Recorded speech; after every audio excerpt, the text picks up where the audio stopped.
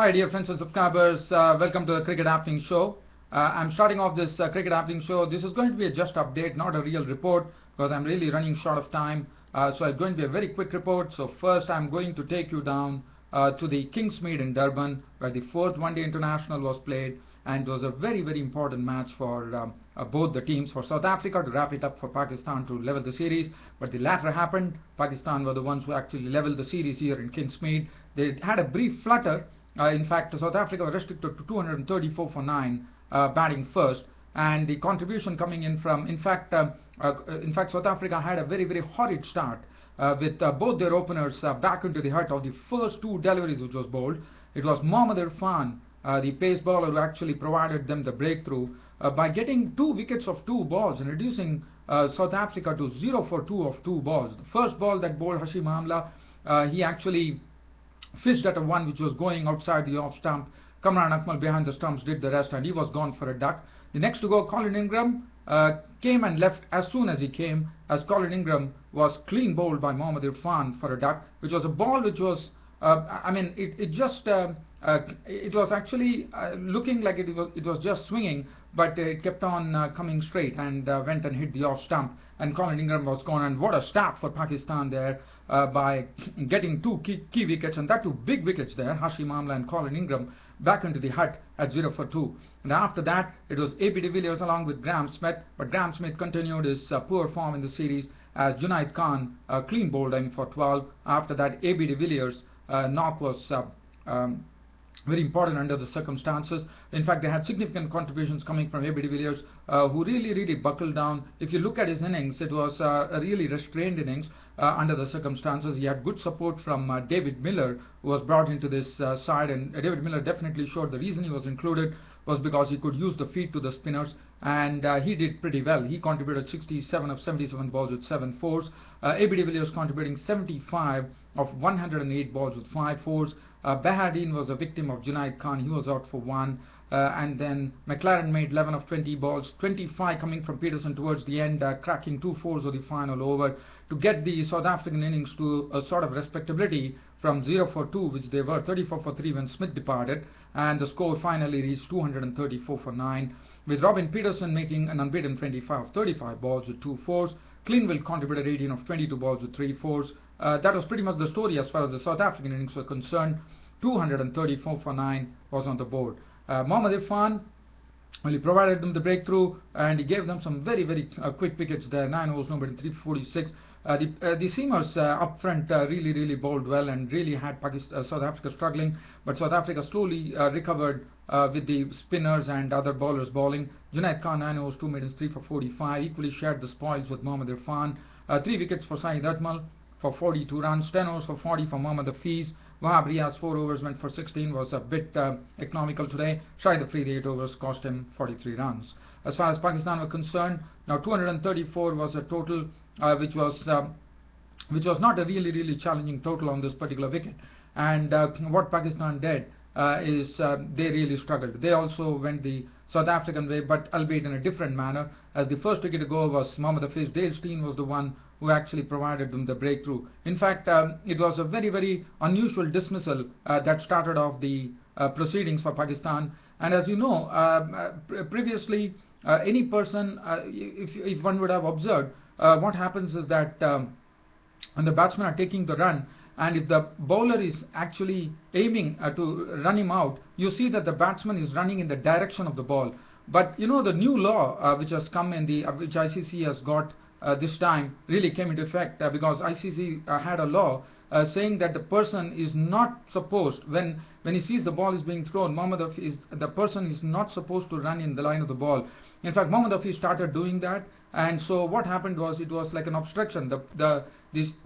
Actually, Mohammad Hafiz had to run from the side of the crease, I suppose, but he was running in direction of the ball, and so that made it doubly difficult for the wicketkeeper A.B. de Villiers to actually throw down the stumps at the non-striker's end, and that resulted in Mohammad Hafiz being given out in very unusual circumstances. He was given out obstructing the field. In fact, this is a very curious, very rare dismissal in Test cricket, but after ICC introduced the new law, this is the first time that has happened, as Mohammad Hafiz was given out by the umpire, obstructing the field for a duck, and that was a very poor start for Pakistan and a very unusual start for Pakistan. 2 for 1. Mohammad Hafiz was back walking. After that, the next wicket to go, Kamran Akmal played two good, made two good, hit two good fours, but he was gone as it was a beautiful catch taken by Colin Miller of the bowling of Satsobe for 11, and that made the score 18 for 2. After that, Yunus Khan, who like Graham Smith has been really struggling in this series, was a victim as he actually played on to a ball from clean billed for 6, and that made the score 33 for 3.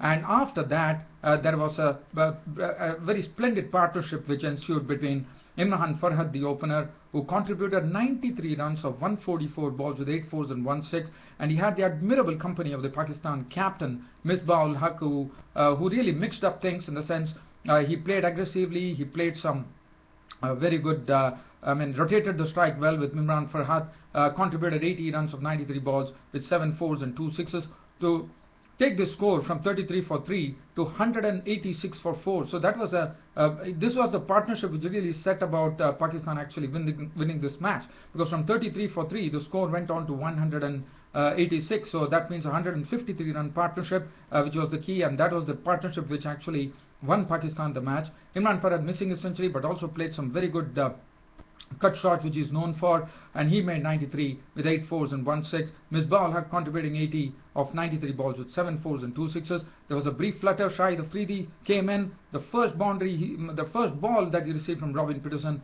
was sent crashing to the boundary using his feet there, but Shahid Afridi to the very next ball perished as he tried to actually cut a ball from Peterson, got an outside edge. De Villiers took the catch and he was walking for 4.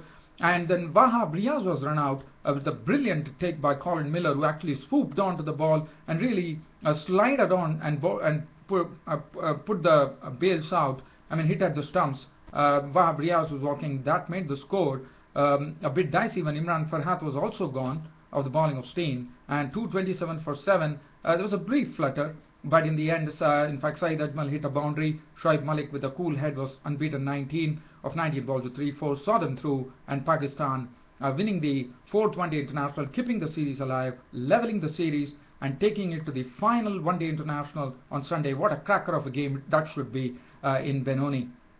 So 236 for 7 was what Pakistan ended with, winning the match. Dale Steyn 1 for 26, bowled well, 1 for 51. I'm not going to go into the bowling figures as I'm really short of time. Misbah ul Haq, the captain of the Pakistan team, was named man of the match, and I'm rushing here to just give you a slight update before I leave this cricket happening show pretty quickly today.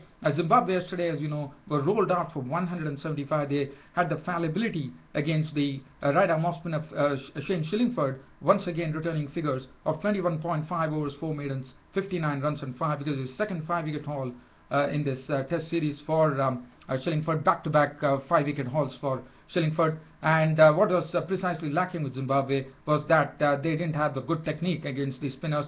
They didn't know whether to go to forward or back to certain balls, and they really perished. The only person who played well there, Sibanda, making 32, 31 coming from the test debutant Sean Williams, and the bowling, as I said, 5 for 59 Shillingford, and Marlon Samuels 9 overs 3 minutes 3 for 15. The current situation here on the second day, West Indies replying strongly, 223 for 4. The share of 101 for Chris Gayle, the opener, was hit form at the right time.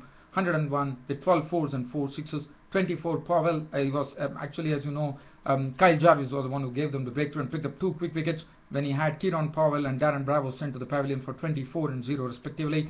Today, Marlon Samuels was clean bowled by Chatara for 26 with 2 fours and 1 6. Currently, 223 for 4 West Indies. I think it's going to be probably lunchtime now. Chandrapal is not out on 46 with 6 boundaries.